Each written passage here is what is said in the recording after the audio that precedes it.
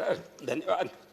सबसे पहले मैं माननीय प्रधानमंत्री जी के आत्मनिर्भर भारत और 5 ट्रिलियन इकॉनमी के सपने को पूरा करने के लिए माननीय वित्त मंत्री, माननीय वित्त राज्य मंत्री और वित्त मंत्रालय के सभी अधिकारियों का बहुत बहुत धन्यवाद और आभार प्रकट करता हूं कि उन्होंने जिस तरह का बजट दिया है वो बजट आज हमारी अर्थव्यवस्था को फास्ट ट्रैक में लाने का काम कर चुका है।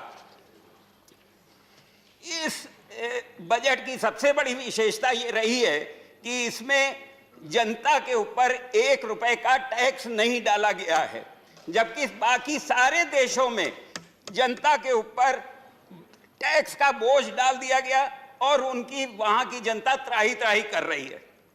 इसमें इस बजट के द्वारा रोजगार के बहुत सारे प्रोविजन किए गए हैं, जिसमें सड़क बनाने का एक प्रोविजन है जिसके लिए इस बजट में इतना रुपया दिया गया है। और मुझे बताने में ये खुशी हो रही है कि हमारे राजमार्गों में 8,159 किलोमीटर का निर्माण अभी तक किया जा चुका है 2020 अप्रैल से 15 जनवरी 2021 तक। तथा हम लोगों को खुशी होगी कि हमारा रोज 28.16 किलोमीटर का सड़क बन रही है। इससे रोजगार बढ़ रहा है और हमारे यहाँ देश में सड़कें बनती जा रही हैं, जिससे विकास हो रहा है। इसमें हमारे वित्त मंत्री जी ने कोरोना के काल में 20 लाख करोड़ का एक आर्थिक पैकेज दिया। इस आर्थिक पैकेज से मैं व्यापारी वर्ग से आता हूं, मैं ये बताना चाहता हूं कि जिस तरीके का ये पैकेज दिया गया, इससे बैंकों ने इतना सपोर्ट किया है साहब कि सारे व्यापार फिर से अपने रास्ते पे खड़े हो चुके हैं।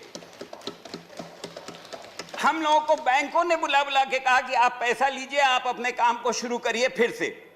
एमएसएमई सेक्टर में इतना तेज काम हो रहा है, जिनके पास गारंटी नहीं थी उनको गारंटी गवर्नमेंट दे रही है कि आप गारंटी हम देते हैं, आप लोन लो।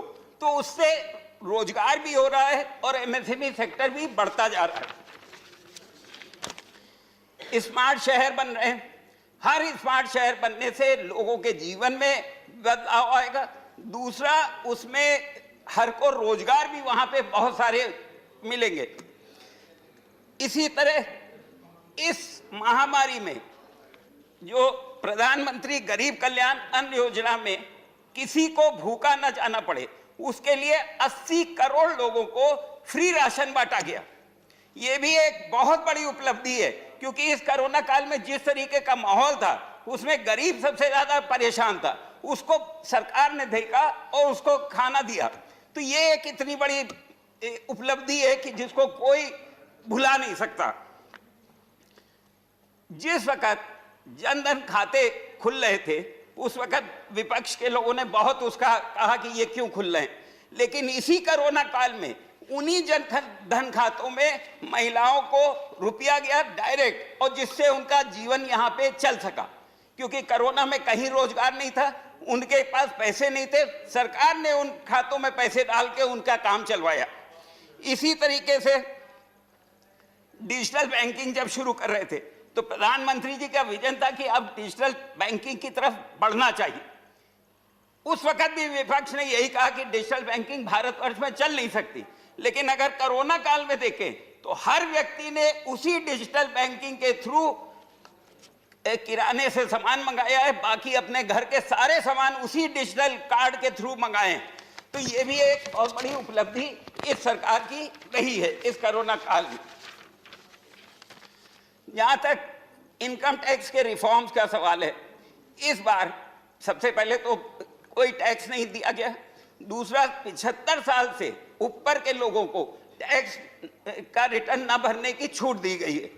ये भी एक इतना बड़ा है कि जो बुजुर्ग हैं उनके लिए एक आराम की चीज हो गई। दूसरा, फेसलेस असेसमेंट की एक शब्द की है, जो भ्रष्टाचार होता था वो सब खत्म। अब आपका रिटर्न किसके पास जा रहा है नहीं मालूम, उसने आपका असेसमेंट करके भेज देना है।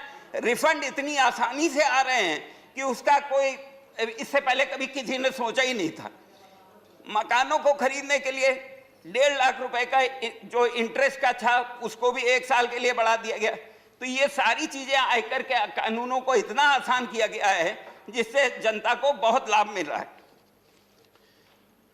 अभी विपक्ष के सदस्य कह रहे थे कि कश्मीर में क्या काम हुआ है। जब से धारा 370 हटी है तब से आज वहां पे सड़कों के जाल बिछ रहे हैं। 3982 किलोमीटर की सड़क वहां पे कंप्लीट की जा चुकी है, जिसमें 1700 किलोमीटर प्रधानमंत्री सड़क योजना के अंतर्गत सड़कें बनी हैं। रेलवे का पैसा वहां पे हम लोगों के विश्व का सबसे ऊंचा पुल बन रहा है। उधमपुर श्रीनगर बारामुल्ला रेल लिंक दिसंबर 2022 तक कंप्लीट हो जाएगा। बिजली पे 70 साल में 3500 मेगावाट बिजली का उत्पादन अभी तक जम्मू कश्मीर में होता था। अभी 3300 मेगावाट बिजली के उत्पादन के एमओयू अभी साइन हुए हैं, जो 70 साल में 3500 था, अब 3300 इस पीरियड में अभी एमओयू साइन हुए। हर घर में बिजली 100% पहुंचेगी दिसंबर 2022 तक। हर घर में जल का जो मिशन है, जल शक्ति मिशन, उसमें भी 2022 के सितंबर तक जम्मू कश्मीर के हर नल में पानी पहुंचेगा। इस तरीके से वहां पे टूरिज्म को बढ़ावा देने के लिए, साफ सफाई के लिए डल झील, मानसर झील और बहुत सारी झीलों की साफ सफाई के लिए बहुत पैसा दिया गया है।